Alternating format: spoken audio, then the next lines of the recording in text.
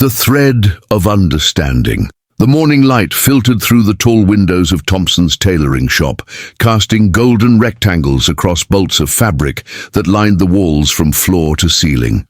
The shop held the quiet dignity of a place where careful work had been done for generations. Dust motes danced in the sunbeams, and the air carried the familiar scent of wool, cotton, and the faint metallic tang of sewing machine oil. Clara sat at her workstation, her fingers moving with practiced precision as she guided pale blue fabric through her Singer sewing machine.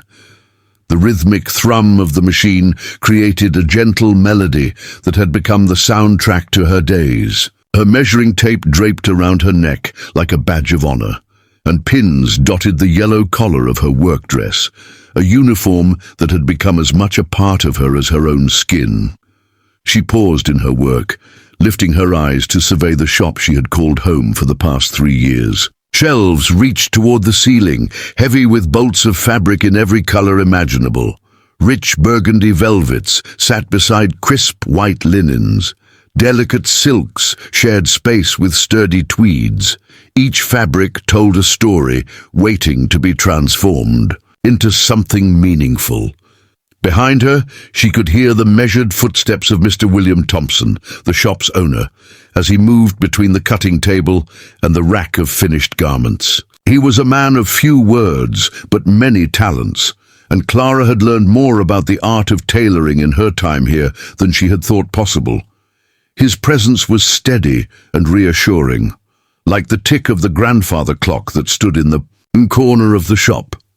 Clara had come to Thompson's tailoring with little more than basic sewing skills and a desperate need for work. Her family had fallen on hard times, and the small income she earned here made the difference between keeping their modest home and losing it entirely. What had begun as necessity had slowly transformed into something deeper, a genuine love for the craft and the quiet satisfaction that came from creating something beautiful with her own hands.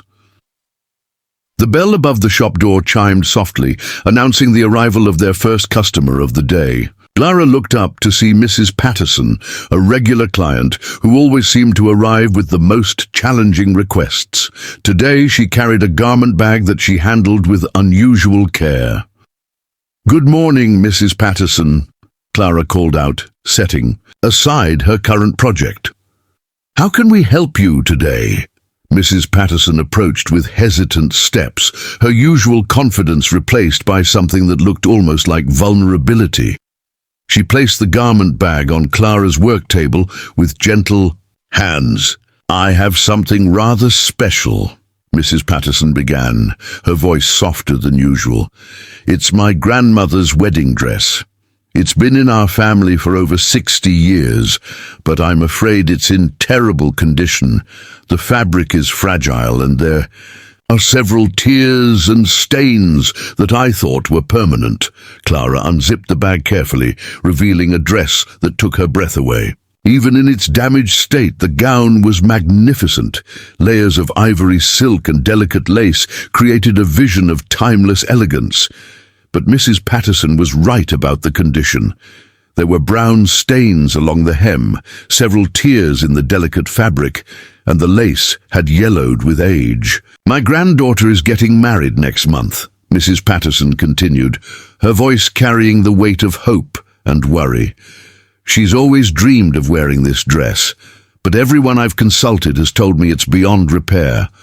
I was ready to give up, but then I thought of your shop. I've seen the beautiful work you do here." Clara ran her fingers gently over the damaged silk, feeling the whisper-soft texture that spoke of quality and craftsmanship from another era.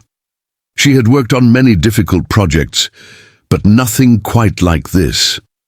The dress wasn't just clothing.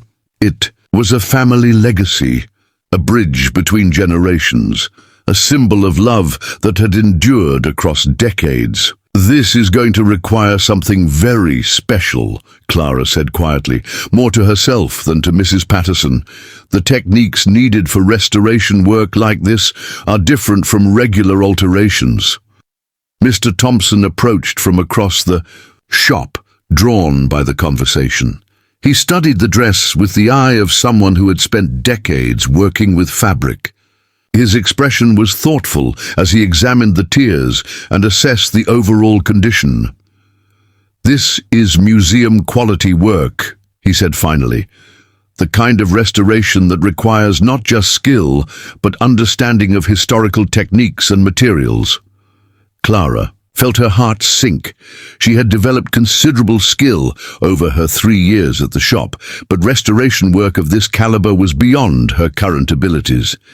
She began to form the words that would gently explain to Mrs. Patterson that they might not be able to help when Mr. Thompson surprised her.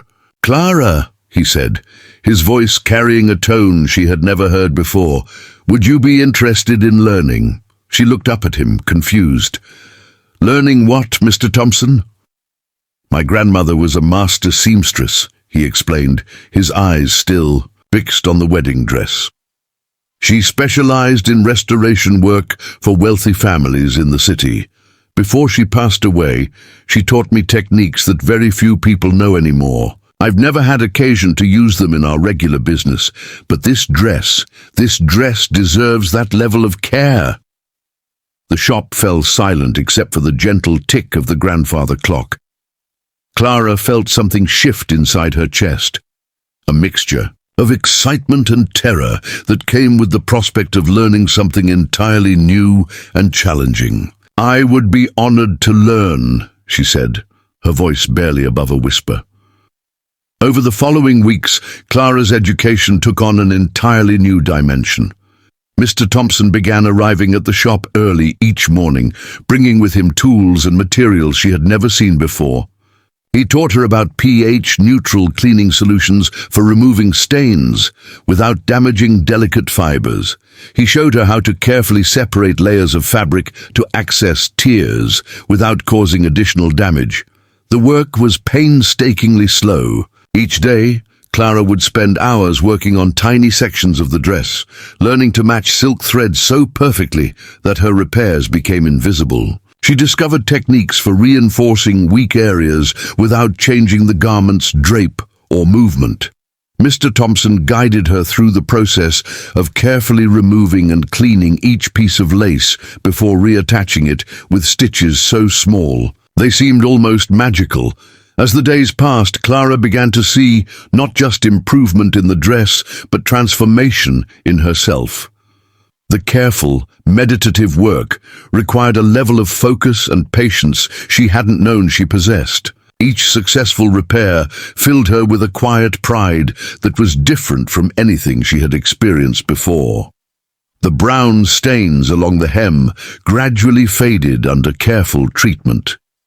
Tears disappeared as Clara learned to weave new threads through old ones with seamless precision. The yellowed lace brightened as she mastered gentle cleaning techniques that restored its original ivory color. 3 weeks after Mrs. Patterson had first brought the dress to the shop, Clara made the final stitch. She stepped back to examine her work, hardly believing what she saw. The dress looked as though it had been crafted yesterday, but retained all the character and charm that spoke of its history. When Mrs. Patterson arrived to see the finished restoration, she stood in stunned silence for several long moments. Then slowly, tears began to stream down her cheeks. "It's perfect," she whispered. "It's exactly as I remembered it from my grandmother's photographs." Clara felt a warmth spread through her chest that had nothing to do with the afternoon sunlight, streaming through the shop windows. She had discovered something about herself in the process of restoring the dress, a capacity for work that went beyond mere skill to touch something deeper and more meaningful. Mr. Thompson stood beside her, a gentle smile on his face. "You have a gift for this work, Clara," he said quietly. "I think it's time we started advertising restoration services." As Mrs. Patterson carefully carried the dress away, Clara returned to her workstation. But everything felt different now. The fabric bolts seemed to hold new possibilities. The tools of her trade felt more familiar in her hands. She had found not just a job, but a calling, one that honored the past while creating beauty for the future. The afternoon light continued to filter through the shop windows, and Clara returned to her sewing machine with renewed purpose, ready to see where this new chapter of her journey would lead.